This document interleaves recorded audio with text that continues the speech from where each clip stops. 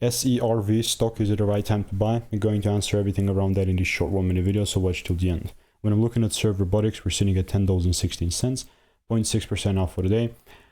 Still, we are in a perfect prime demand area, but still not enough. It's still not enough for me to take it higher. So what I'll do, just go to the 2-hour chart and just wait here. You know, it says that I'm waiting for the rules to be met in order for me to take it higher, and that's still what I'll exactly do. You know, unless the price gives me this double break, then I'm not taking this thing higher whatsoever. So that's the way that I'm approaching this market. I mean, it doesn't necessarily mean that I'll wait forever. You know, obviously it might take time, like everything in life.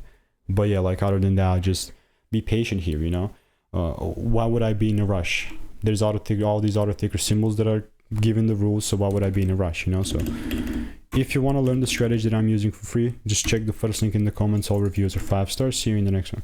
Goodbye and enjoy.